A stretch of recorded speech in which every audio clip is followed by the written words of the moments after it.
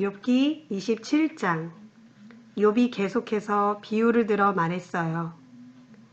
나에게 공정한 판결을 허락하지 않으시는 하나님, 곧 내 인생을 이렇듯 고통스럽게 하신 전능자 하나님께서 살아계시는 한 나에게 아직 호흡이 남아있고 하나님의 숨결이 내 코에 남아있는 한 내 입술은 악한 말을 하지 않을 것이고 내 혀는 거짓된 말을 하지 않을 것이네.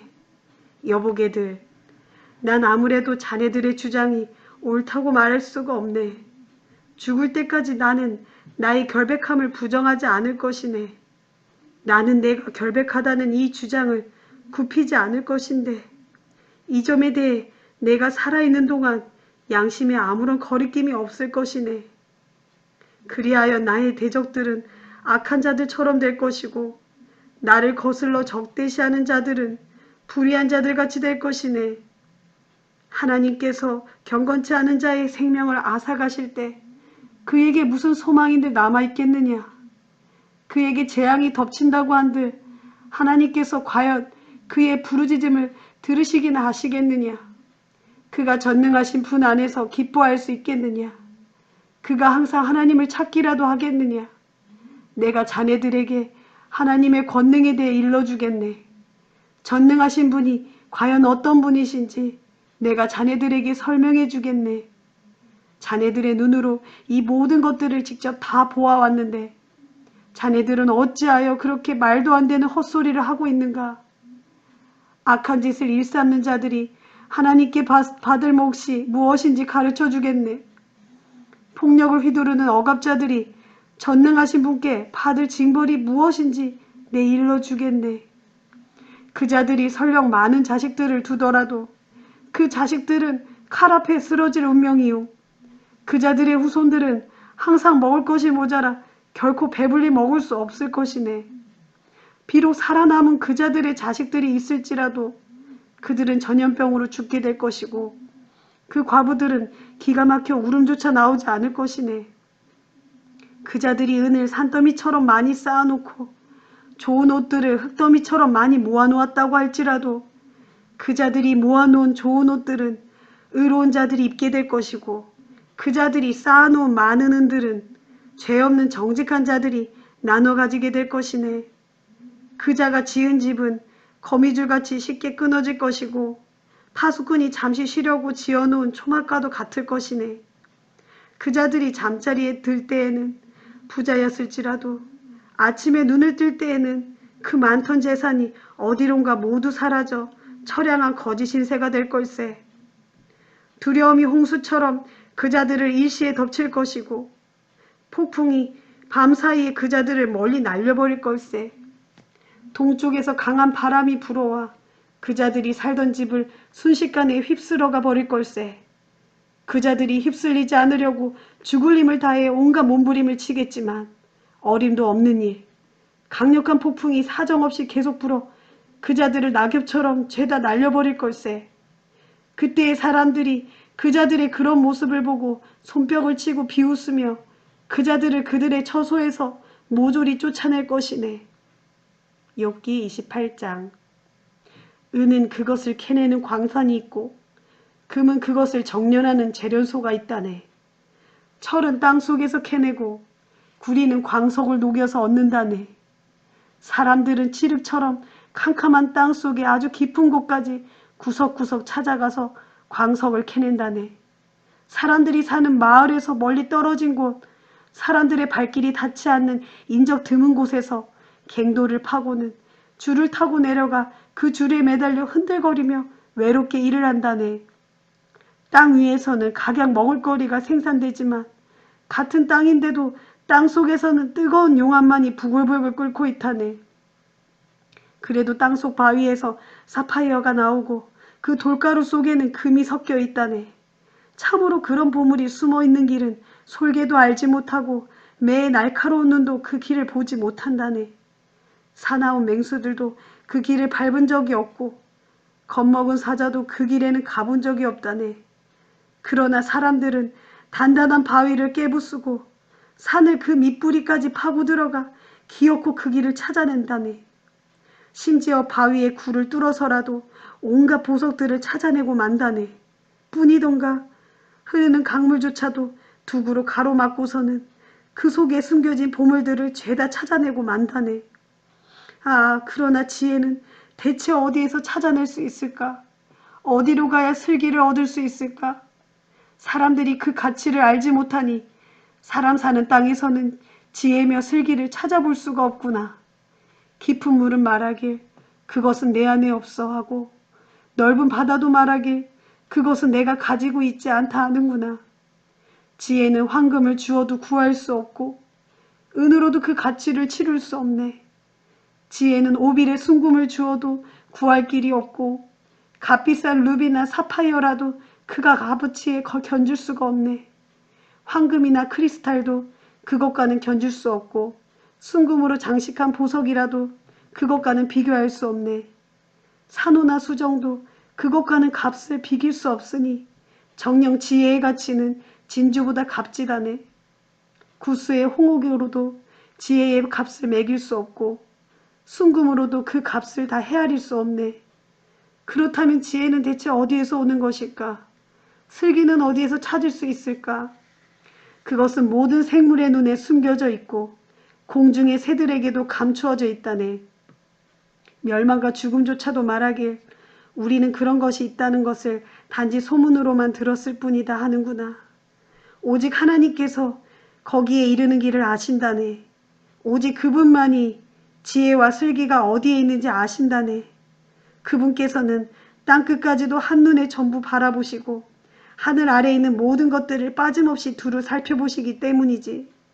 그리하여 그분께서 바람을 얼마나 세게 불게 하실지 바다의 물을 얼마나 많게 하실지 정하시던 그때에 때를 따라 땅 위에 비가 내리도록 규칙을 정하시고 또 천둥이 지나다니는 길을 정하시던 그때에 바로 그때에 하나님께서는 지혜를 보시고 지혜를 선포하셨으며 지혜를 굳게 세우시고 지혜를 시험한 후 인정하셨다네. 그러고서 그분께서는 사람에게 말씀하시기를 주를 경외하는 것이 지혜요 악을 멀리하는 것이 슬기다 하셨다네. 욥기 29장. 욥이 계속 비유를 들어 말했어요. 아, 내가 흘러가 버린 옛날로 되돌아갈 수만 있다면 좋으련만. 하나님께서 나를 돌보아 주시던 그 시절로 돌아갈 수만 있으면 좋으련만. 그때에는 그분의 등불이 내 앞길을 환하게 비추어 주었고 그분의 빛으로 인해 내가 어둠 속을 마음껏 걸어 다닐 수 있었는데 오, 좋았던 그 시절에는 하나님과 친밀한 사귐이 있어 그분께서 내 가정을 축복해 주셨지. 그때에는 전능하신 분께서 항상 나와 함께 계셨고 내 자식들이 나를 빙둘러 애워싸고 있었지. 양떼와 젖소 때는 어찌나 젖을 많이 내던지 내가 그 젖으로 발을 씻을 정도였지. 그리고 자갈투성이 밭에서 자란 올리브 나무에서도 어찌나 기름이 많이 나왔던지. 그 시절에는 내가 성문 앞에 나아가 광장에 있는 내 자리에 앉으면 젊은이들은 나를 보고 옆으로 비켜서고 노인네들도 나를 보고 일어나 인사를 했지. 성읍 지도자들도 내 앞에서는 말을 삼가고 하고 싶은 말이 있어도 손으로 자기 입을 스스로 막았지. 귀족들도 내 앞에서는 감히 말을 꺼내지 못하고 주눅들어 혀가 입천장이 들러붙었지. 누구든지 내 소문을 들은 이들은 한결같이 나를 칭송하고 누구든지 나를 직접 본 사람들은 두말 없이 나를 인정하였지. 가난한 사람들이 내게 도움을 청하면 나는 언제든지 그들에게 도움을 베풀어 주었고 오갈 데 없는 고아들도 내가 자비롭게 거두어 주었지. 그래서 죽어가던 이들도 내게 복을 빌어 주었고 과부들조차 나로 인해 즐겁게 노래를 부르곤 했었지. 바른 일을 행하는 것이 나에게는 마치 옷을 입는 것처럼 당연했고 정의를 행하는 것은 도포를 입고 두건을 쓰는 것과 같았지. 앞을 못 보는 이들에게는 눈이 되어 주었고 발을 절름거리는 이들에게는 발이 되어 주었지. 궁핍한 이들에게는 아버지 같은 존재가 되어 주었고 낯선 이들의 하소연까지 듣고서 그들의 문제를 잘 처리해 주었지.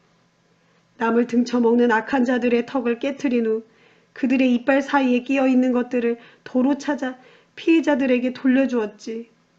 그러했기에 그 시절에 나는 생각하기를 내가 죽을 때는 내 집에서 편안히 죽을 것이고 내게는 아직도 살아갈 날들이 모래알처럼 많이 남아있구나. 내 삶의 뿌리는 물가에 심어진 나무처럼 왕성하게 뻗어있고 내 가지들에는 밤사이에 내린 이슬이 언제나 촉촉하게 쳐져 있구나. 내 영광은 날마다 더하여지고 활을 쥔 내 손은 지칠 줄 모르고 힘이 솟는구나 하였지. 그 시절에는 사람들마다 내가 하는 충고의 말을 항상 귀담아 들었지. 내가 말을 다 마치고 나면 그들은 더 이상 아무런 뒷말도 하지 않았지. 내 말이 마치 이슬방울처럼 그들의 귀에 스며들었으니까 말일세. 사람들은 농사꾼이 봄비를 기다리듯 나를 기다렸고 가뭄의 단비를 만난 듯 내 말을 기쁘게 받아 마셨다네. 내가 그들에게 미소를 지어주면 그들은 너무나 고마워했고 내 얼굴빛이 환하면 그들은 나를 보고 새로운 용기를 얻었지. 그들에게 문제가 생길 때마다 나는 그들의 지도자가 되어 행할 일을 일러주었지. 마치 왕이 군대를 지휘하듯 그렇게 갈 길을 지시해 주었다네. 그뿐 아니라 절망에 빠져 슬퍼하는 사람들에게는 더할 나위 없이 좋은 위로자가 되어 주었지. 욥기 30장.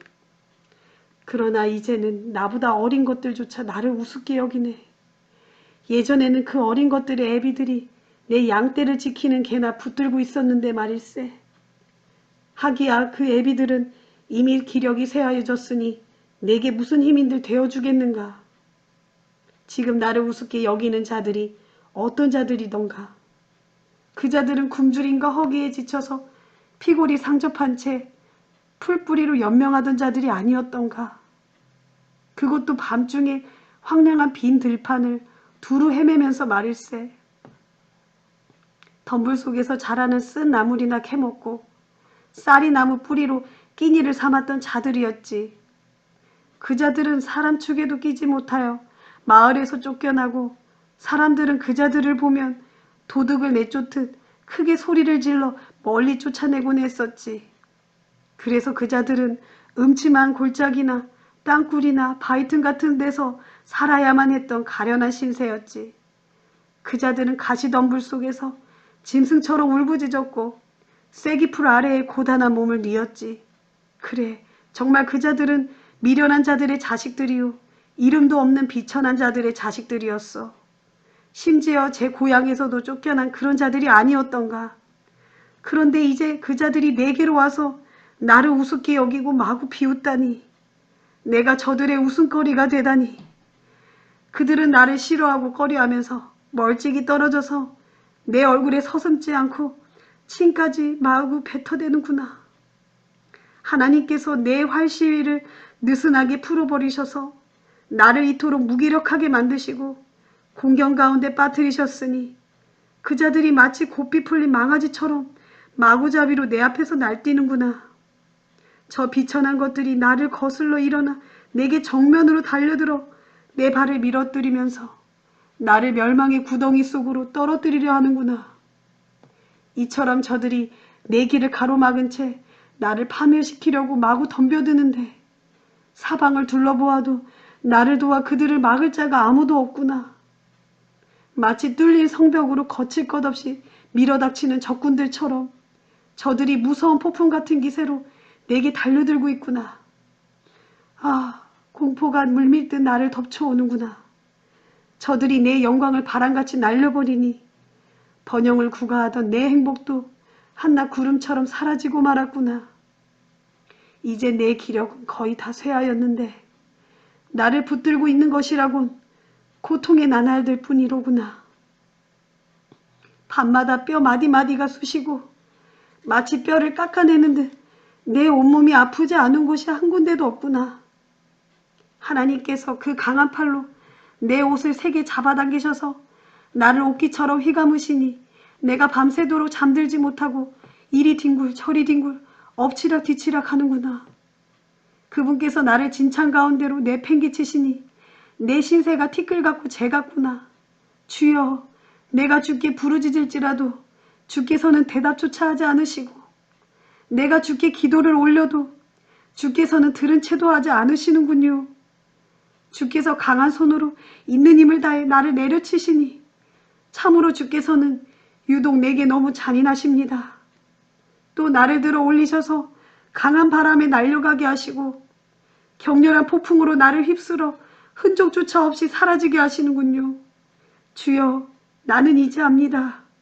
주께서는 나를 끝내 죽게 하시어 살아있는 모든 자들이 반드시 들어가야 하는 집, 곧 죽음의 집으로 나를 끌고 가시려는 것이 아닙니까? 그러나 주여, 사람이 망해갈 때 어찌 주께 손을 내밀지 않을 수 있겠습니까? 사람이 재앙을 당할 때 어찌 주께 도와달라고 울부짖지 않을 수 있겠습니까? 내가 고난당하는 사람들을 위해 슬피 울어주지 않았던가요? 내가 가난한 자들을 위해 근심하고 안타까워하지 않았던가요? 그럼에도 불구하고 복이 오기를 바란 나에게 고통만이 밀어닥쳤고 빛이 임하기를 바란 나에게 어둠만이 덮쳤을 뿐입니다. 그러므로 내 가슴은 갈기갈기 찢어졌고 날이면 날마다 지긋지긋한 고통 때문에 차마 견딜 수가 없습니다.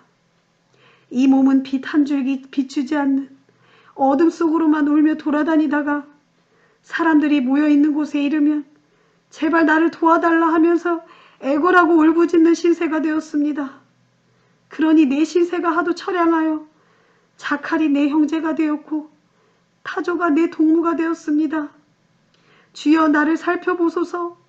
내 살갗은 검게 타서 껍질이 벗겨졌고 내 뼈는 뜨거운 불에 타는 듯 지독히 아픕니다. 내 수금소리는 울부짖는 통곡으로 바뀌었고 내 피리 소리는 슬피 우는 애곡으로 변했습니다. 욥기 31장. 내가 나의 두 눈과 성결 언약을 굳게 맺었는데 내가 어찌 젊은 여인을 정욕의 눈으로 바라보았겠는가. 만일 내가 그 맹세를 어긴다면 저 위에 계시는 하나님께 무슨 몫을 받을 수 있겠으며 저 높은 곳에 계시는 전능하신 분께 무슨 유산을 받을 수 있겠는가. 불의한 자들이 받을 몫은 파멸뿐이요 악한 자들이 받을 유산은 재앙밖에 더 있겠는가. 하나님께서는 내가 하는 일을 하나도 빠짐없이 낱낱이 바라보고 계시고 나의 발걸음 하나하나를 다 헤아리고 계시지 않으신가. 맹세하건대 나는 지금껏 잘못된 길을 걷지 않았고 남을 속이는 삶을 살지 않았네. 하나님께서 정직의 저울에 날 올려놓고 바라보신다 해도 난 자신이 있네. 차라리 그렇게 될 수만 있다면 하나님께서 나의 결백을 아실 텐데. 만일 내 발걸음이 올바른 길에서 벗어났다면, 내 마음이 눈의 유혹에 이끌린 적이 있었다면, 내 손이 더러운 짓을 저질렀다면, 만일 그러했다면 다른 사람들이 내 손으로 뿌린 곡식을 다 먹어치워도 상관하지 않겠고 내가 거둔 것들이 다 날아가도 군소리하지 않겠네. 만일 내 마음이 유혹을 못 이겨 이웃집 여자에게 눈독이라도 들였다면, 내 아내가 다른 남정네의 밥을 짓거나 그자들과 잠자리를 같이 한다고 해도 나는 아무 할 말이 없을 것이네. 만일 내가 그런 사악한 짓거리를 저질렀다면 마땅히 벌을 받아야지. 암 죽어도 싸네. 참으로 그런 짓은 파멸에 이르는 불이요 나의 모든 재산을 무리채 뽑아내는 큰 죄악이 아닌가. 내 집에 있는 남종이나 여종이 내게 무슨 탄원을 할 때마다 나는 언제나 그들의 말을 귀 기울여 듣고서 올바르게 처리하여 주었네. 그렇게 하지 않았다면 내가 무슨 낯으로 하나님을 배울 수 있겠으며 또한 그분께서 심판하실 때 내가 무슨 말로 별명할 수 있겠는가. 나를 모태에서 지으신 하나님께서 그들 또한 모태에서 지으신 분이 아니던가. 바로 그분께서 우리 모두를 어머니 뱃속에서 지으시지 않았던가.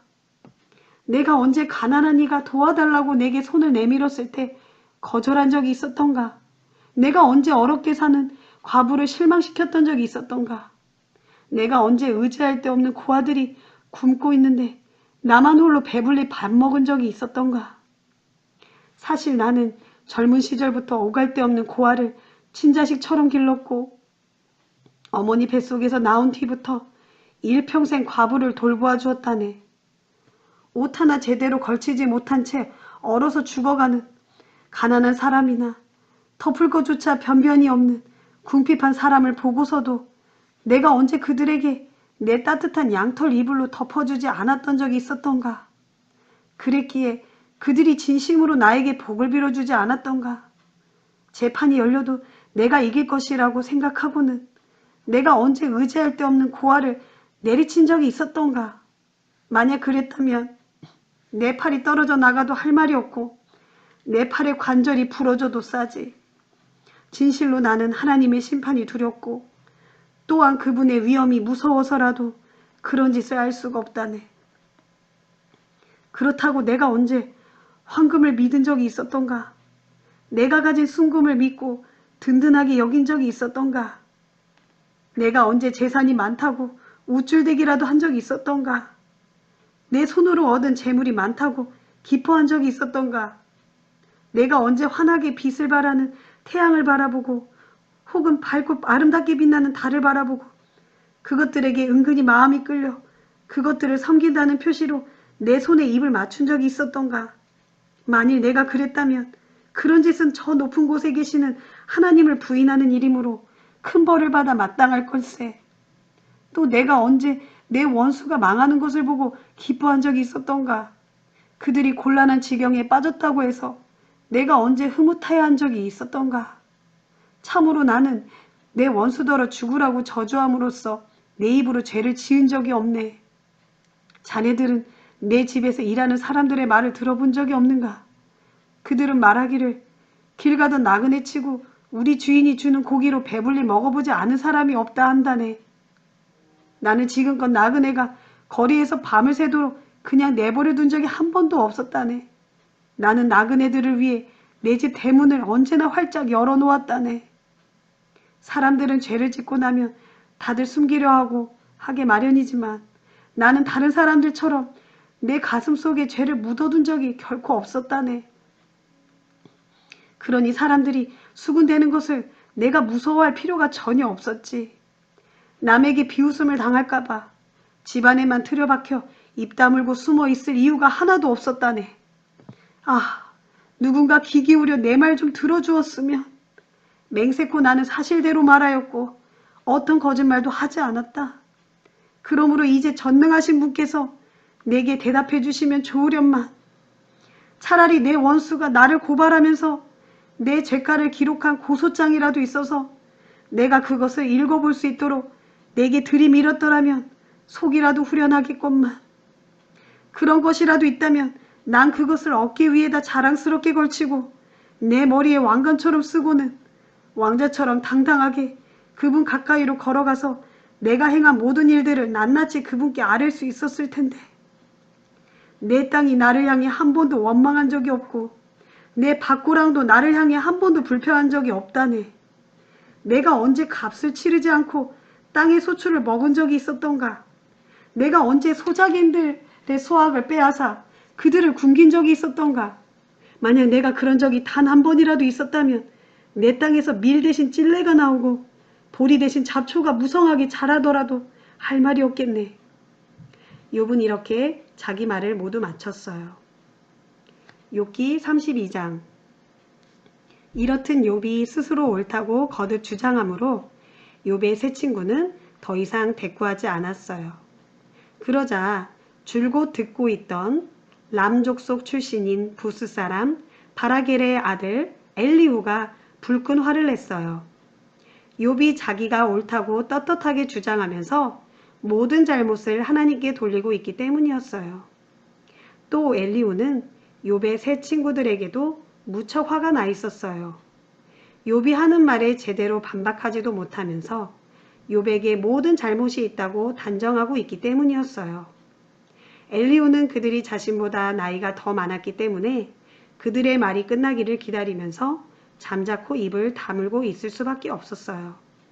그런데 마침내 세 사람이 더 이상 욥에게 할 말을 찾지 못하자 엘리후가 화를 냈던 것이에요. 그리하여 부스 사람 바라겔의 아들 엘리후가 입을 열어 말했어요. 세 분은 나보다 우더른이시고 나는 아직 젊어서 선뜻 나설 수가 없었습니다. 그래서 지금껏 내 생각을 감히 말씀드릴 수가 없었습니다. 나는 당연히 나이 드신 어르신들께서 말씀하시고 나는 들어야 한다고 생각했습니다. 살아오신 연세만큼 지혜를 터득하셨을 것이라고 믿었기 때문입니다. 그러나 이제 깨닫고 보니 사람을 슬기롭게 하는 것은 나이가 아니라 사람 속에 깃든 영이요 전능하신 분의 입김이더군요. 나이가 많다고 모두 지혜로운 것이 아니요 또한 오래 살았다고 해서 분별력이 있는 것이 아니라는 사실을 알았습니다. 그러므로 이제는 제 말을 들어보십시오. 나도 내 의견을 말씀드리도록 하겠습니다. 보십시오. 세 분께서 말씀하시는 동안 나는 줄곧 기다렸습니다. 세 분께서 그럴듯한 말을 골라 열심히 논리를 펼치시는 동안 나는 귀 기울여 들었습니다. 나는 세 분의 말씀을 주의 깊게 잘 들었습니다. 하지만 여러분 가운데 어떤 분도 욥이 그르다는 것을 제대로 입증하지 못했고 또 욥의 주장에 대해 누구도 제대로 답변하지 못하더군요. 그러므로 욥에 대해서 반박할 사람은 사람이 아니라 하나님이시다. 그것이 우리가 깨달은 지혜다 하고 말씀하시지 마십시오. 욥 어른께서 나에게 직접 말을 걸어온 것이 아니므로 나는 세 분께서 말씀하신 것과는 다른 방식으로 욥 어르신께 대답하도록 하겠습니다.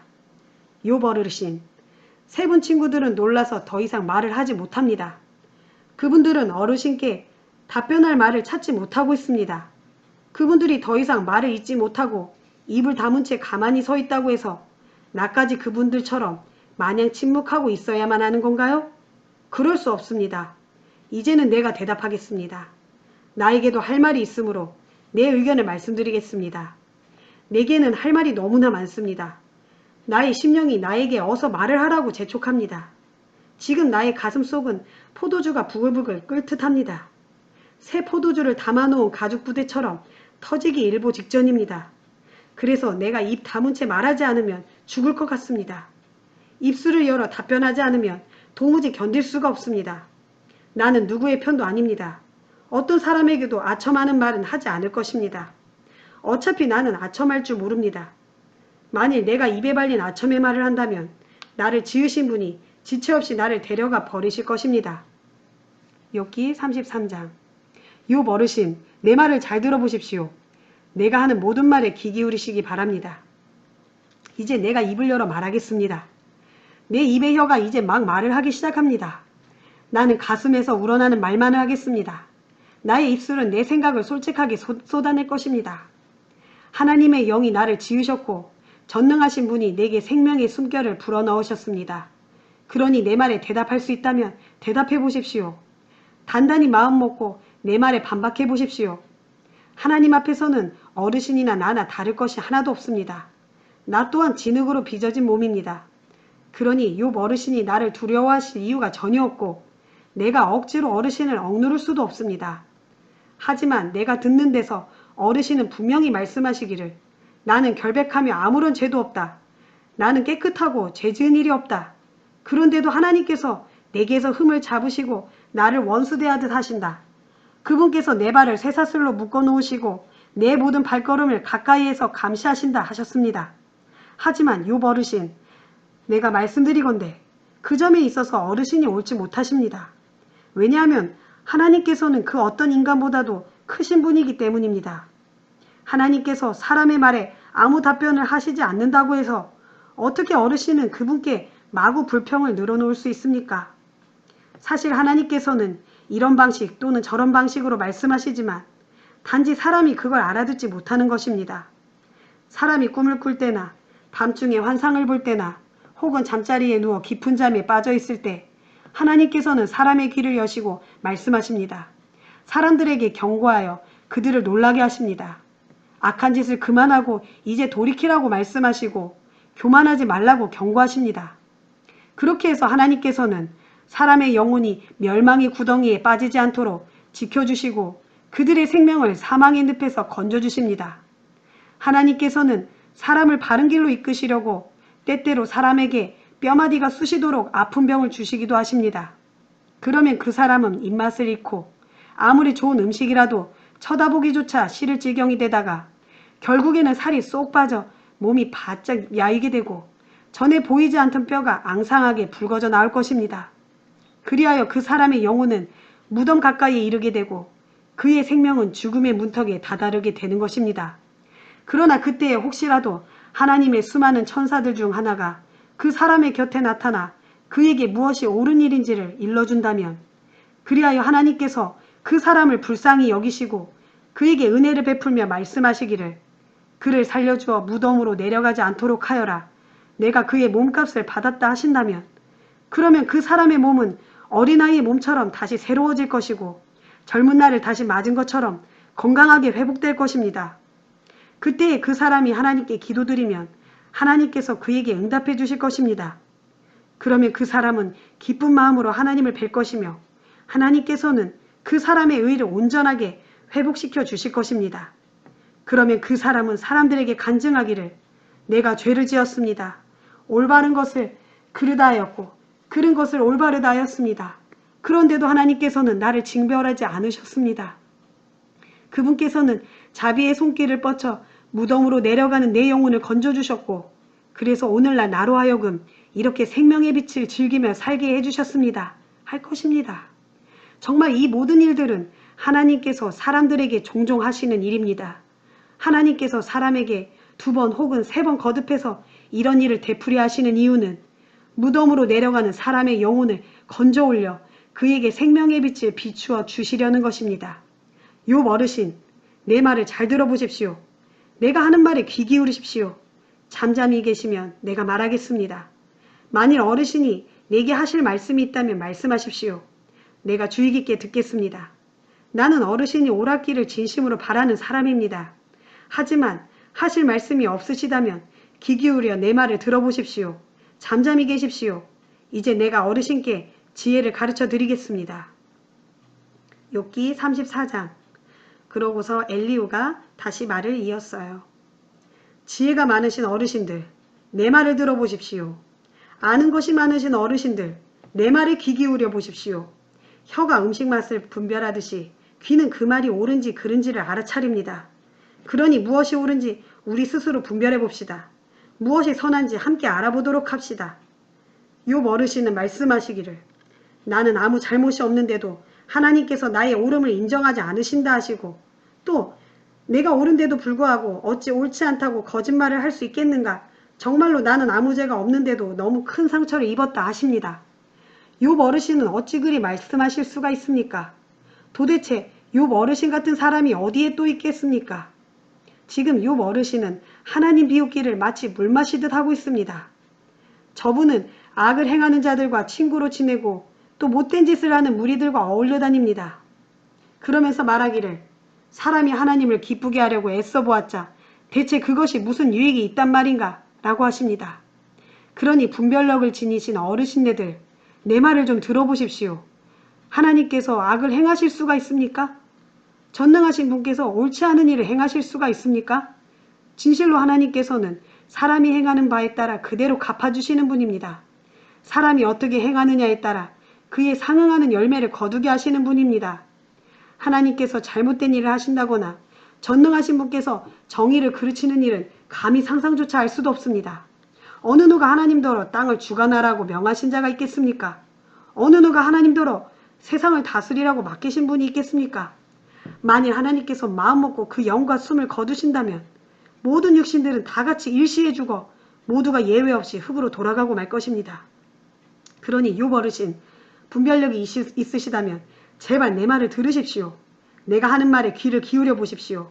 정의를 미워하는 분이 어찌 세상을 다스릴 수 있겠습니까? 욥 어르신은 의로우신 전능자를 정죄하시겠다는 것입니까? 그분께서는 심지어 왕들에게도 너는 쓸모없는 인간이다 하고 말씀하시고 귀족들에게도 너는 악하다 하고 말씀하시는 분이 아닙니까? 그분께서는 통치자들이라고 해서 그들의 편을 들어주지 않으시고 부자라고 해서 가난한 자들보다 더 대우해주지도 않으십니다. 모두가 다 그분께서 손수 지으신 자들이니 말입니다. 그들은 순식간에 죽는 존재들입니다. 사람은 갑자기 죽는데 심지어 한밤중에라도 죽습니다. 하나님께서 사람을 내리치시면 아무리 강한 사람일지라도 아주 간단하게 죽고 맙니다. 참으로 하나님의 눈은 사람이 행하는 바를 낱낱이 지켜보십니다. 발걸음 하나하나를 다 헤아리고 계십니다. 악한 자들이 하나님의 눈길을 피해 숨을 수 있는 곳은 온 세상 어디에도 없습니다. 아무리 어두운 곳이라도, 아무리 짙은 그림자가 드리운 곳이라도 하나님 눈을 피해 숨을 데는 어디에도 없습니다. 평소 그 사람의 모든 것을 알고 계시는 하나님께서는 사람들을 심판하시는데 오래 생각하실 필요가 전혀 없습니다. 하나님께서는 이것저것 조사할 것도 없이 힘 있는 세력가들을 꺾어버리시고 그 자리에 다른 사람을 대신 앉히십니다. 하나님께서는 그들이 행한 짓을 너무나 잘 아시기 때문에 하룻밤 사이에 그들을 뒤엎어 멸망에 이르도록 하시는 것입니다. 하나님께서는 모든 사람들이 지켜보는 자리에서 그들의 악함을 징벌하시는데 그것은 그들이 하나님께 등을 돌려 옆길로 벗어났고 그래서 하나님께서 지시하시는 길로 가는 것 외에는 아무 관심도 없기 때문입니다.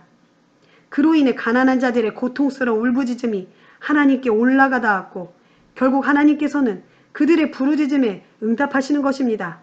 하지만 만일 하나님께서 잠자코 침묵하신다고 하여도 어느 누가 감히 그분을 비난할 수 있겠습니까?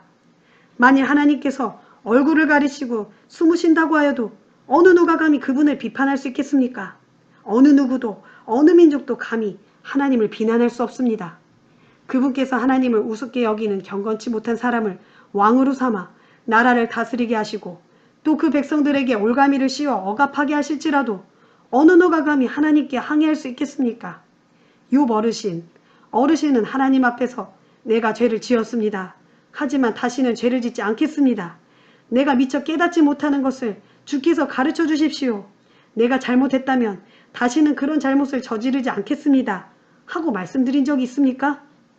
어르신이 지금처럼 계속 회개하기를 거부하신다면 과연 하나님께서 어르신의 편을 들어주시겠습니까? 물론 결정을 내리는 것은 내가 아닌 욥 어르신이십니다. 지금 어르신이 생각하고 있는 바를 내게 말씀해 보십시오. 조금이라도 분별 있고 지혜 있는 사람이라면 그는 욥 어르신의 말을 듣고 내게 말하기를 욥이 알지도 못하면서 그렇게 함부로 말하는군. 욥의 말에는 아무런 지혜가 없어 할 것입니다. 맞습니다. 욥 어르신이 그처럼 악한 자들같이 말하다니 정말이지 욥 어르신은 더 호된 시련을 겪어야 마땅합니다. 욥 어르신은 자신이 지은 죄에다 이젠 반역하는 일까지 저지르고 있습니다. 우리가 보는 앞에서 경멸하듯 박수를 쳐대며 하나님을 모독하는 말을 서슴없이 해대고 있습니다. 욥기 35장. 엘리후가 계속해서 말을 이었어요. 어르신은 아직도 자신이 옳다고 생각하십니까? 어르신은 하나님 앞에서 자신이 옳다고 말씀하시지 않았습니까? 그러면서 물으시기를 내가 죄를 짓지 않는다고 해서 내게 돌아올 유익이 무엇이며 내가 얻을 것이 무엇인가 하셨습니다. 이제 욥 어르신과 어르신의 세 분 친구들에게 내가 답변해 드리도록 하겠습니다. 하늘을 우러러 보십시오. 하늘에 떠있는 저 구름이 얼마나 높습니까? 어르신이 죄를 지은들 하나님께 무슨 애를 끼치겠습니까? 어르신의 허물이 아무리 많다 한들 그것이 전능자 하나님께 무슨 상관이 있겠습니까? 어르신이 올바르게 산다 한들 그것이 하나님께 무슨 보탬이 되겠습니까? 하나님께서 어르신에게서 받을 수 있는 것이 도대체 무엇이 있겠습니까? 어르신이 악한 짓을 해도 그것은 어르신 같은 사람에게나 영향을 미칠 뿐입니다. 어르신이 의롭게 산다고 해도 그건 역시 사람들에게나 유익할 뿐입니다. 사람들은 억압을 당하면 울부짖게 되고 권세 있는 자들에게서 자신을 구해달라고 간청합니다. 그러나 아무도 나를 지으신 하나님께서는 어디에 계십니까? 밤중에도 나로 노래하게 하시고 땅의 짐승들보다 우리에게 더 많은 것들을 가르쳐 주시고 또한 공중의 새들보다 우리를 더욱 지혜롭게 만들어 주시는 하나님께서는 어디에 계십니까? 하고 말하지 않습니다. 악한 자들이 부르짖을지라도 하나님께서는 그들에게 응답하지 않으시는 것은 그들의 교만 때문입니다. 하나님께서는 악한 자들의 공허한 호소를 들어주지 않으시고 전능하신 분께서는 악한 자들의 울부짖음에도 들은 채 하지 않으십니다. 욥 어르신은 말씀하시기를 하나님을 뵐 수 없다 하셨고 또 심판은 하나님께 달려 있으니 나는 그분을 기다릴 수밖에 없다 하셨습니다. 더 나아가 하나님께서는 악한 자들에게 진노의 형벌을 내리지 않으시니 아마도 그런 일에는 관심을 기울이지 않으시는 모양이다 하고 욥 어르신은 말씀하셨습니다. 그러니 욥 어르신은 지금껏 입을 열어 헛된 말을 하신 것이고 무얼 제대로 알지도 못하면서 계속 빈말만 늘어놓고 계셨던 것입니다. 욥기 36장. 엘리후가 계속 말을 이었어요. 어르신들, 잠깐만 더 참고 내 말을 들어보십시오. 아직도 내게는 하나님을 대신하여 드릴 말씀이 있습니다. 나는 애써 얻은 나의 모든 지식을 총동원하여 나를 지으신 하나님이 정녕 의로우시다는 것을 분명히 밝히도록 하겠습니다. 나는 내 말이 결코 거짓되지 않다는 것을 확신합니다. 지금 어르신들과 이야기하고 있는 이 사람은 그래도 알 만큼은 다 아는 사람입니다. 하나님께서는 위대한 힘을 지니신 전능하신 분이시지만 어떤 사람도 경시하지 않습니다. 진실로 하나님께서는 위대한 힘을 지니셨고 지혜 또한 무궁하십니다. 그분께서는 악한 자들을 살려두지 않으시고 고난받는 자들의 권리를 옹호해 주십니다. 또한 의롭게 사는 사람들을 항상 지켜보시고 그들을 세상의 임금들과 같은 높은 자리에 앉히셔서 영원히 존경받도록 세워주십니다. 그런데 만일 의로운 자들이 고통의 쇠사슬에 묶여 있다거나 혹은 고난의 밧줄에 단단히 매여 있다면 그것은 그들이 행한 악한 짓을 일깨워주기 위함입니다. 즉 그들이 교만한 마음으로 하나님께 죄를 지었다는 사실을 깨닫게 해주시려는 것입니다. 그렇게 해서 하나님께서는 그들의 길을 열어 올바른 길이 무엇인지를 일러주시고 또 그들에게 악의 길에서 즉시 돌이키라고 명령하시는 것입니다. 그런 때에 만일 그들이 하나님의 말씀에 복종하고 따르면 그 사람들은 남은 생애 동안 번영을 누리며 행복하게 살 수 있을 것입니다. 그러나 그분의 말씀에 순종하지 않으면 칼에 쓰러져 망할 것이고 아무런 예고조차 없이 갑자기 죽음을 맞이할 것입니다. 그런데 하나님을 우습게 여기는 불경한 자들은 도무지 회개할 줄을 모릅니다. 그분께 벌을 받아 온몸이 꽁꽁 묶여도 마음속에 분노만을 쌓아둘 뿐 하나님께 도움을 간구하지 않습니다. 결국 그런 자들은 남창들처럼 제멋대로 방탕하게 살다가 한창 젊은 나이에 갑자기 목숨이 끊어지고 말 것입니다. 하나님께서는 이렇게 고난을 통해 사람을 가르치시고 고통을 통해 눈을 뜨게 하십니다. 그러므로 고통받을 때 자기 죄를 깨닫고 회개하면 하나님께서는 욥 어르신을 재앙의 이빨에서 건져내시어 고통이 없는 편안한 자리로 인도해 주시고 상다리 휘어지도록 기름진 음식을 풍성하게 차려 어르신을 위로해 주실 것입니다. 그러나 지금은 악한 자들이 받아야 할 형벌을 욥 어르신도 받고 계십니다. 공의의 심판을 받고 계시는 겁니다. 그러므로 욥 어르신은 이런 때에 분노를 터뜨림으로써 이를 그르치지 않도록 주의하십시오. 행여 뇌물을 바쳐 용서받을 생각일랑은 아예 하지 마십시오. 몸값을 많이 바친다고 해서 용서받을 수 있는 그런 징벌이 결코 아닙니다. 욥 어르신이 아무리 재산이 많다고 해도 또 어르신이 가진 온갖 권세를 다 발휘하더라도 어르신은 지금 당하고 있는 혹독한 재앙에서 벗어날 수 없을 것입니다. 밤을 그렇게 고대하지 마십시오. 밤 사이에 죽어나가는 사람들이 얼마나 많습니까? 특히 악한 마음을 품지 않도록 정신을 바짝 차리십시오. 어르신이 고통을 겪고 있다가 고통보다 자칫 악을 선택하기 쉽습니다. 보십시오. 참으로 하나님께서는 크신 권능을 지니신 분, 어느 누가 그분처럼 가르치실 수 있겠습니까? 누가 감히 하나님더러 이렇게 하시오 혹은 저렇게 하시오 하고 지시할 수 있겠습니까? 누가 감히 하나님더러 주께서 잘못하셨소 하고 말할 수 있겠습니까? 사람들은 하나님을 늘 찬양했습니다. 그러니 욥 어르신도 그분께서 하신 일을 항상 찬양해야 할 것입니다. 사람들은 언제 어디서나 그분께서 하시는 일을 보아왔습니다. 아주 먼 곳에서도 그분의 위대한 일들을 능히 볼 수 있습니다. 정녕 하나님께서는 얼마나 위대하신지요. 하나님께서는 우리의 이해를 훨씬 초월하십니다. 그분의 횟수가 얼마나 되는지 우리로서는 감히 헤아릴 길이 없습니다. 그분께서는 땅에서 물을 증발시켜 공중으로 이끌어 올리시고 그것으로 빗방울을 만드신 후 구름 속에 잘 간직해 두셨다가 땅 위의 모든 사람들에게 비로 내려주십니다. 그분께서 어떻게 구름을 펼치시는지 어떻게 창공에서 천둥이 치게 하시는지 어느 누구나 알 수 있겠습니까? 보십시오. 그분께서는 하늘 여기저기에 번쩍번쩍 번개를 치시고 바닷속 깊은 곳을 흑암의 장막으로 덮으시는 분입니다. 하나님께서는 이와 같은 자연의 오묘한 법칙을 통해 사람들을 다스리며 심판하시고 또한 먹을 것을 풍부하게 공급해 주기도 하십니다. 그분께서는 두 손에 번개를 움켜쥐시고 그것들에게 명령을 내려 목표물을 정확히 치게 하십니다.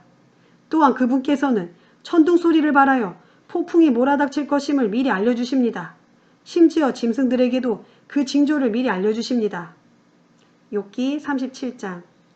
그러므로 이 같은 하나님의 크신 권능 앞에서 내가 놀라고 내 심장이 벌떡거리면서 떨립니다. 어르신들, 그분의 목소리를 들어보십시오.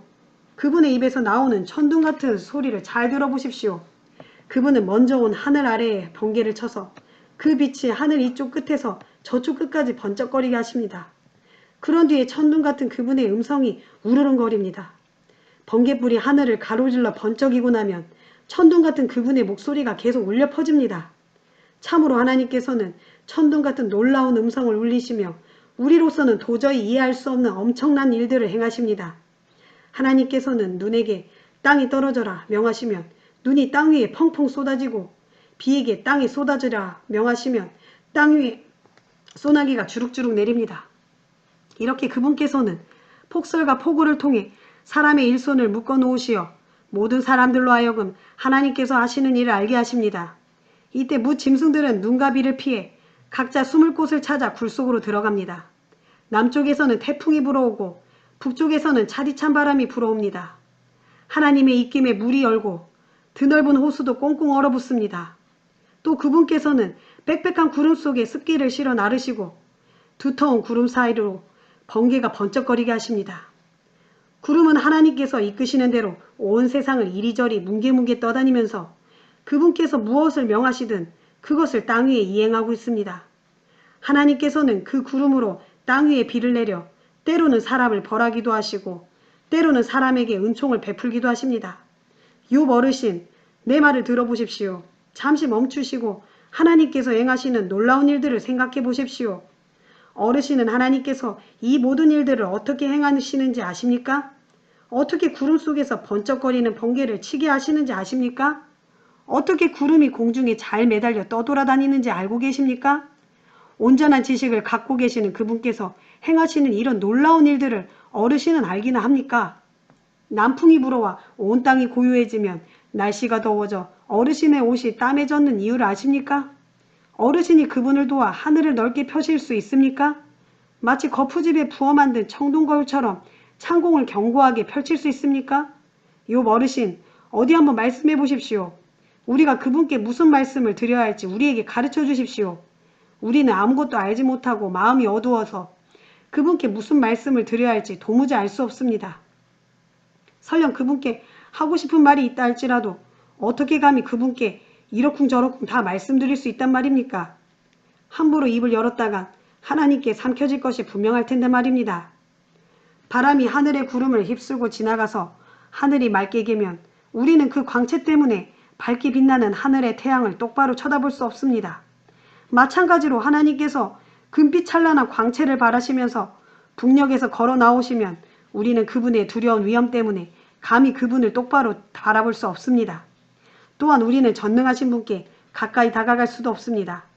참으로 그분의 권능은 탁월하시고 그분의 공의는 의로우시며 그분의 심판은 공정하십니다. 그러므로 사람은 마땅히 겸손한 자세로 그분을 경외해야 합니다. 하나님께서는 마음속으로 스스로 지혜롭다고 여기는 자들을 무시하시고 거들떠보지도 않으십니다. 욥기 38장. 그때 주께서 폭풍 가운데서 욥에게 말씀하셨어요. 알지도 못하면서 무지하고 허튼 말로 나의 뜻을 흐려놓는 자가 누구냐. 이제 너는 대장부답게 허리띠를 동여매고 일어나 내가 묻는 말에 대답해 보아라. 내가 땅에 기초를 놓을 때 너는 어디에 있었느냐? 알고 있다면 어디 대답해 보아라. 누가 이 땅의 크기를 정하였느냐? 네가 아느냐? 누가 땅 위에 다림줄을 놓았는지 너는 알고 있느냐? 땅의 기초를 떠받치고 있는 기둥을 단단히 붙들고 있는 이가 누구냐? 누가 땅에 주춧돌을 놓았는지 네가 아느냐? 땅에 주춧돌이 놓일 때 하늘의 새벽별들이 다 함께 노래를 불렀고 모든 천사들은 기쁨으로 소리를 질렀느니라. 바닷물이 땅속의 모태에서 거침없이 터져나올 때 누가 그 문을 닫아 바다를 가두어 놓았느냐. 그때의 구름은 옷 삼아 바다를 싸매고 어둠으로 바다를 감싸니가 내가 아니더냐. 그렇다. 바로 내가 금을 그어 바다의 경계를 그만큼 정하였고 문빗장을 질러 바다를 그곳에 가두어 두었다. 그러고서 내가 바다에게 명하기를 바다야 너는 여기까지만 나올 수 있고 더 이상 이 경계를 넘어서지 말라. 제 아무리 도도하게 넘실거리는 파도라 해도 너는 여기서 멈추어라 하였느니라. 네가 언제 아침더러 밝아오라 하고 명령해 본 적이 있느냐? 새벽에 동력이 밝아오게 해본 적이 있느냐?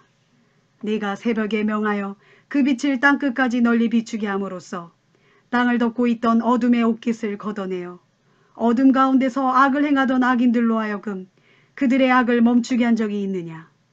새벽빛이 비추면 언덕과 계곡은 그 자태를 드러내지 않더냐?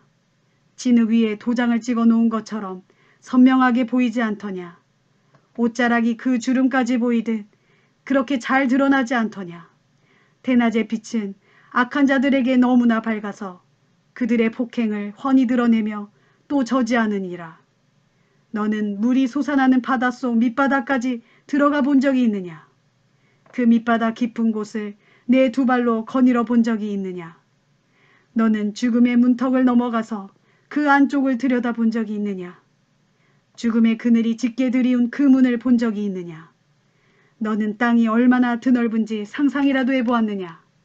그래, 이 모든 것들을 알고 있다면 어디 한번 내게 대답해 보아라. 너는 빛이 어디로부터 오는지 아느냐? 어둠이 어디에 거주하고 있는지 알고 있느냐? 너는 빛과 어둠을 인도하여 그들을 제자리에 데려다 줄 수 있느냐? 그것들이 살고 있는 곳에 이르는 길을 내가 아느냐? 아무렴 너는 창조 이전부터 이미 태어난 몸이므로 이 모든 것들에 관해 잘도 알고 있을 것이다. 네가 세상이 창조되던 그때부터 지금까지 그토록 오래 살아왔으므로 설마 이런 것들을 모를 리가 있겠느냐? 너는 눈을 쌓아둔 창고에 들어가 본 적이 있느냐? 우박을 쌓아둔 곳간을 본 적이 있느냐? 내가 그것들을 환난의 날에 사용하려고 또 전쟁과 전투의 날에 쓰려고 거기에 미리 비축해 두었느니라. 태양이 떠오르는 그곳에 네가 가본 적이 있느냐? 동풍이 어디서부터 불어오며 또 그 바람이 어느 방향으로 흩어지는지 네가 아느냐? 땅 위에 쏟아진 폭우가 흘러내려가도록 골짜기 길을 터놓은 이가 누구냐? 천둥 번개가 땅까지 이르도록 그 길을 만들어 놓은 이가 누구냐? 아무도 살지 않은 곳, 사람이 살지 않는 광야일지라도 그곳에도 비를 쏟아지게 하는 이가 누구냐? 도대체 누가 메마른 땅을 촉촉히 적시며 거친 땅에 비를 내려 새싹이 파릇파릇 돋아나게 하느냐? 비한테 아버지가 있기라도 한단 말이냐? 누가 이슬방울을 낳았단 말이냐? 얼음은 어느 모태에서 생겨났느냐? 하늘에서 내리는 서리는 누가 낳았느냐? 물을 돌같이 딱딱하게 얼리는 이가 누구냐? 바다 수면까지도 얼게 하는 이가 누구냐? 네가 북두칠성의 별자리를 한데 묶을 수 있느냐? 오리온자리 별들을 묶어놓은 띠를 풀 수 있느냐? 네가 계절에 따라 별자리를 배치할 수 있느냐? 큰 곰자리 별들과 작은 곰자리 별들을 이끌어낼 수 있느냐? 너는 하늘을 움직이는 법칙을 아느냐? 또 그 법칙이 땅에 적용될 수 있도록 올바로 세울 수 있겠느냐? 너는 내 목소리를 높여서 구름에게까지 명령할 수 있겠느냐? 또 구름에게 명령하여 내 위로 비를 흠뻑 내릴 수 있게 하겠느냐? 네가 번개를 보내 네가 가리키는 곳을 치게 할 수 있느냐? 그 번개가 내 앞으로 와서 예 우리가 여기 있으니 명령만 내리십시오 하고 대기하도록 할 수 있느냐? 사람의 마음속에 지혜를 준 이가 누구냐? 사람의 머릿속에 총명을 준 이가 누구냐? 저 하늘의 구름을 다 헤아릴 만큼 지혜로운 이가 누구냐? 하늘에서 물 항아리를 기울여 땅 위에 비를 내리게 할 수 있는 이가 누구냐? 누가 티끌을 딱딱한 흙덩이가 되게 하고 또 누가 그 흙덩이를 서로 달라붙게 할 수 있느냐? 네가 사자에게 먹을거리를 계속 대줄 수 있느냐? 굶주린 새끼 사자들의 배를 채워줄 수 있느냐? 사자들이 굴 속에 웅크리고 모여있거나 숲풀 속에서 가만히 숨어 머리깃감을 기다리고 있을 때 네가 그렇게 해줄 수 있느냐? 어린 까마귀들이 배가 고파 이리저리 헤매면서 나를 향해 까악까악 하고 우짖을 때 그 까마귀 떼에게 먹이를 마련해 주는 이가 누구냐? 욥기 39장. 너는 사념소가 언제 새끼를 치는지 아느냐? 들사슴이 새끼 낳는 것을 본 적이 있느냐? 그것들이 몇 달 동안 새끼를 제 뱃속에 품고 다니고 또 어느 때에 새끼를 낳는지 네가 알고 있느냐. 그것들이 몸을 굽으려 일단 새끼를 낳으면 해산의 고통에서 벗어나게 되고 어린 새끼들은 들판에서 무럭무럭 자라 튼튼해지게 되면 어미 곁을 떠나서 다시는 돌아오지 않느니라. 누가 들나귀를 자유롭게 광야에 풀어주었느냐. 누가 메인줄을 풀어 날쌘 그것들을 광야에서 마음껏 뛰놀게 하였느냐. 바로 나다. 내가 광야를 들나귀의 집으로 정해주었고 소금기 있는 그 땅에서 살게 하였느니라. 들나귀는 시끌벅적한 동네를 싫어하고 자기를 길들이려는 사람의 말을 도무지 들으려 하지 않느니라. 들나귀에게는 산이 목장과 같아서 이 산 저 산을 마음껏 뛰어다니며 푸른 풀을 찾느니라. 네가 들소를 부려먹을 수 있을 것 같으냐? 들소가 너의 외양간에서 얌전히 밤을 보낼 것 같으냐? 네가 들소에게 쟁기를 메어 밭을 갈게 할 수 있겠느냐? 들소가 고분고분 네 말을 따라서 일항을 갈 수 있을 것 같으냐? 들소가 아무리 힘이 세다고 해서 네가 그 힘을 이용할 수 있을 것 같으냐? 네가 들소의 등 위에 무거운 짐을 지을 수 있을 것 같으냐? 추수 때 거두어들이는 곡식단을 들소에게 실어보내 그것을 타작마당에 내려놓게 할 수 있을 것 같으냐? 타조는 재빠르고 웅장하게 날개를 칠 수 있지만 그 깃과 털은 황새만 못하여 제 새끼를 따뜻하게 품지 못하느니라. 그래서 타조는 자기 알을 방바닥에 낳고 모래 속에서 따뜻하게 되도록 내버려 두는데 그 알이 누군가의 발에 밟혀 깨질 수 있다거나 혹은 들짐승이 그 알을 깨뜨릴 수도 있다는 데에는 생각이 미치지 못한다. 이처럼 타조는 자기가 낳은 알을 마치 자기 것이 아니냐 조금도 신경 쓰지 않고 거칠게 다룬다. 애써 알을 낳은 것이 헛수고가 될지 모르는데 그런 것에는 전혀 아랑곳하지 않는다. 이것은 전부 나 하나님이 타조에게 지혜를 허락하지 않았고 지각을 주지 않았기 때문이니라. 그러나 타조가 그 몸을 높이 쳐들고 날개를 치면서 달릴 때는 말이나 그 말 탄 자를 우습게 여기느니라. 또 내가 말에게 강한 힘을 주었느냐? 네가 말에게 휘날리는 갈기를 그 목에 달아주었느냐? 네가 말을 메뚜기처럼 잘 뛸 수 있게 했느냐? 사람을 두렵게 하는 말에 그 위엄 있고 위세당당한 콧소리를 내게 한 것이 너란 말이냐? 말은 앞발로 땅을 힘차게 차고는 전쟁터로 당당하게 내달린다. 말은 두려움이란 걸 모른다. 칼을 들이대도 피하는 법이 없느니라. 말을 탄 용사의 화살통이 덜커덕 흔들리고 긴 창과 짧은 창이 햇빛에 번쩍거려도 전쟁의 나팔 소리를 들으면 그 즉시로 미칠 듯이 발로 땅을 박차면서 혼신의 힘을 다해 격렬하게 앞으로 내달린다. 그리고 나팔 소리가 울릴 때마다 말은 히잉하고 콧김을 내뿜으며 멀리서부터 싸움의 냄새를 맡고 지휘관들의 우레 같은 호령과 명령 소리를 다 알아듣느니라. 매가 높이 떠올라 그 날개를 펼치고 남쪽으로 날아가는 것이 네게서 배운 지혜 때문이더냐. 독수리가 하늘 높이 날아올라 높은 곳에 둥지를 트는 것이 너의 명령을 따른 것이더냐. 독수리는 가파른 절벽에 자기 보금자리를 꾸며 살고 험한 바위산을 자기 요새로 삼는다. 독수리는 또 거기에서 먹이를 찾되 그 눈은 아주 멀리서도 먹이를 탐지하고 알아차리느니라. 독수리 새끼들도 피를 빨아먹고 사니 주검이 있는 곳에는 독수리가 있느니라. 욥기 40장. 주께서 욥에게 또 말씀하셨어요. 네가 아직도 젖는 자와 다투겠느냐? 아직도 젖는 자가 잘못되었다고 탓할 셈이냐? 하나님을 탓하는 너 욥아, 어디 나에게 대답해 보아라. 그때 욥이 주께 대답했어요. 저는 참으로 보잘것없는 사람입니다. 저같이 하찮은 자가 감히 무슨 말로 주께 대답할 수 있겠습니까? 다만 손으로 제 입을 가릴 뿐입니다. 저는 이미 너무나 많은 말을 했습니다. 더 이상 할 말이 없습니다. 그러자 주께서 폭풍 가운데서 욥에게 다시 말씀하셨어요. 이제 너는 허리를 동여매고 대장부답게 일어서라. 내가 네게 물을 터이니 너는 내게 대답해 보아라. 네가 내 판결을 무시하고 비난하려느냐?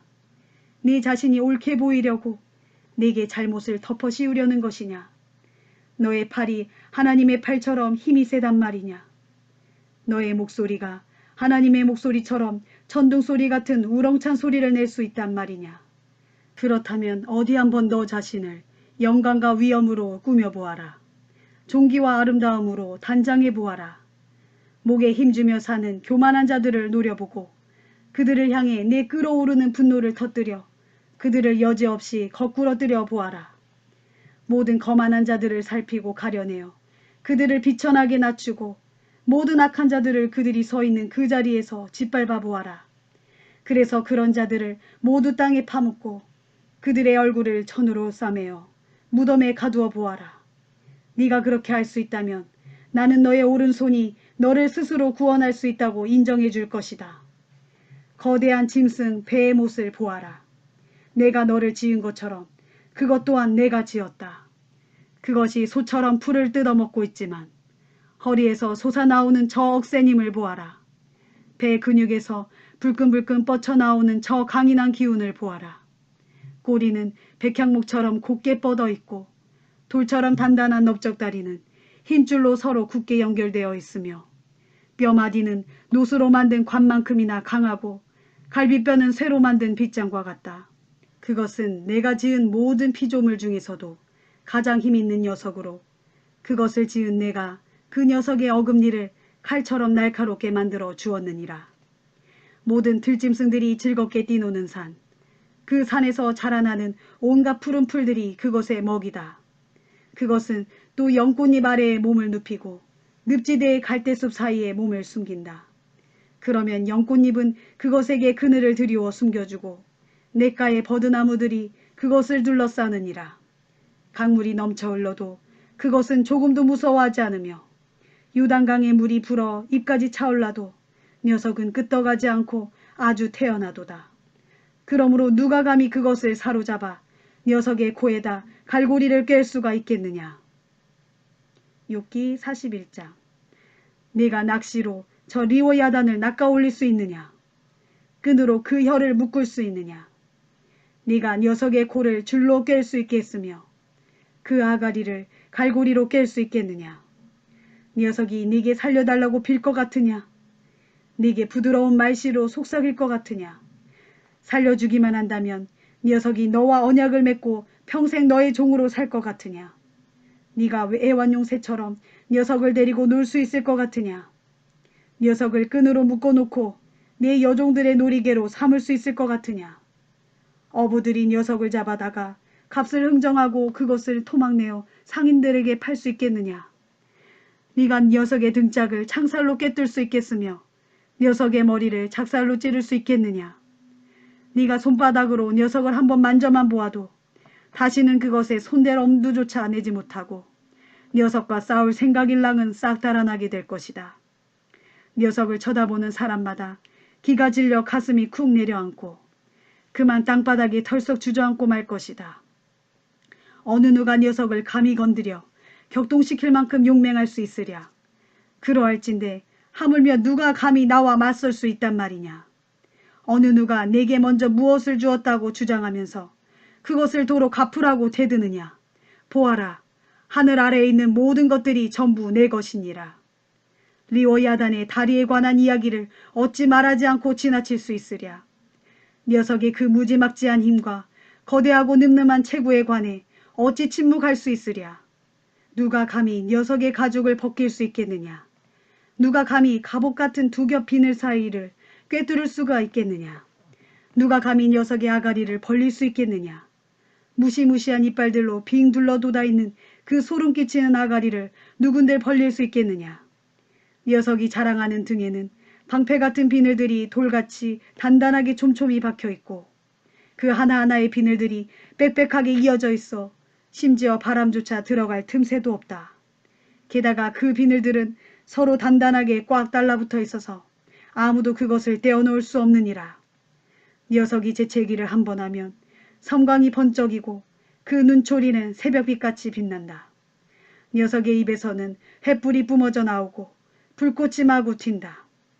녀석의 콧구멍에서 펑펑 쏟아져 나오는 연기는 펄펄 끓는 가마솥 밑에서 갈대를 지필 때 타오르는 연기와도 같다.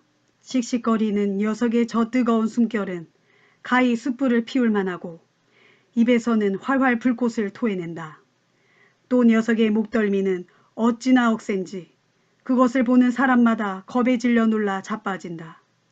게다가 녀석의 살가죽은 겹겹으로 단단하게 붙어 있어 조금도 움직이지 않으며 녀석의 심장은 바위처럼 강하고 담대하여 아무것도 무서워하지 않는데 그 강함이 마치 맷돌의 아래짝과 같으니라.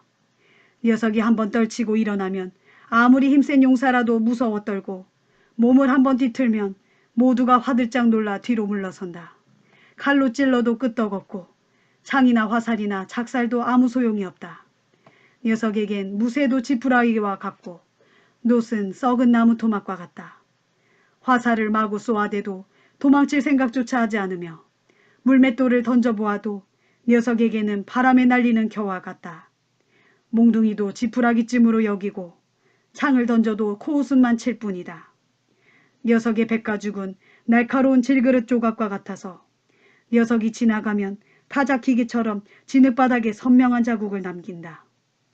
깊은 물도 가마솥에 물 끓듯 부글부글 끓어오르게 하고 바다도 제 마음대로 휘저 기름솥이 끓듯 부글부글 거품을 일으킨다. 또 녀석이 재빨리 돌진하면 지나간 자치마다 하얀 거품이 일어 번쩍번쩍 광채를 발하니 깊은 바다가 마치 하얗게 백발을 휘날리는 듯하다. 세상에 그 무엇이 녀석과 비길 수 있으랴. 처음부터 녀석은 세상에 아무 두려울 것 없이 지음받았느니라. 그렇다. 이 괴물 같은 녀석은 아무리 거만한 동물이라도 우습게 얕잡아보고 모든 교만한 동물들 앞에서 왕노릇을 한다. 욥기 42장. 주께서 말씀을 마치시자 욥이 주께 대답하였어요. 주여, 이제 저는 확실히 깨달았습니다. 주께서는 못하시는 일이 없이 모든 일을 다 하실 수 있고 또 주께서 계획하신 일들은 어김없이 다 이루어집니다. 주께서는 물으시길 알지도 못하면서 내 뜻을 흐리는 자가 누구냐 하셨습니다. 바로 제가 잘 알지도 못하면서 함부로 입을 놀렸습니다. 너무나 경이롭고 기이해서 저로서는 도무지 알 수 없는 일들에 대해 떠들어댔습니다. 주께서 제게 말씀하시기를 이제 내가 말하겠으니 너는 들어라. 내가 너에게 물을 테니 너는 내게 대답해보라 하셨습니다. 지금까지 저는 귀로만 주님께 대하여 들어왔지만 이제는 제 눈으로 직접 주님을 뵙고 있습니다. 그러므로 저는 여태 제가 말한 모든 말들을 심히 부끄럽게 여기며 스스로를 경멸하면서 티끌과 잿더미 가운데 앉아 회개합니다. 욥에게 모든 말씀을 마치신 후 주께서는 대만 사람 엘리바스에게 말씀하셨어요. 내가 너와 너의 두 친구에게 분노하였노라. 그것은 너희가 나를 두고 말할 때 내 종 욥과는 달리 옳게 말하지 않았기 때문이다. 그러므로 이제 너희는 수소 7마리와 순양 7마리를 준비하여 내 종 욥에게로 가지고 가서 너희 자신들을 위해 번제를 드려라.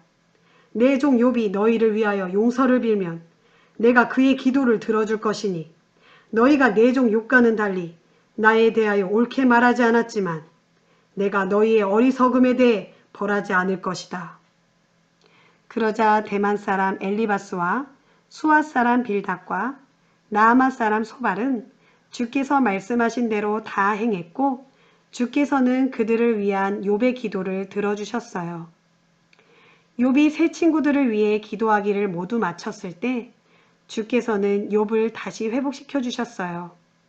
곧 주께서는 욥의 재산을 이전에 그가 소유하고 있던 재산보다 갑절이나 더 늘려주셨어요.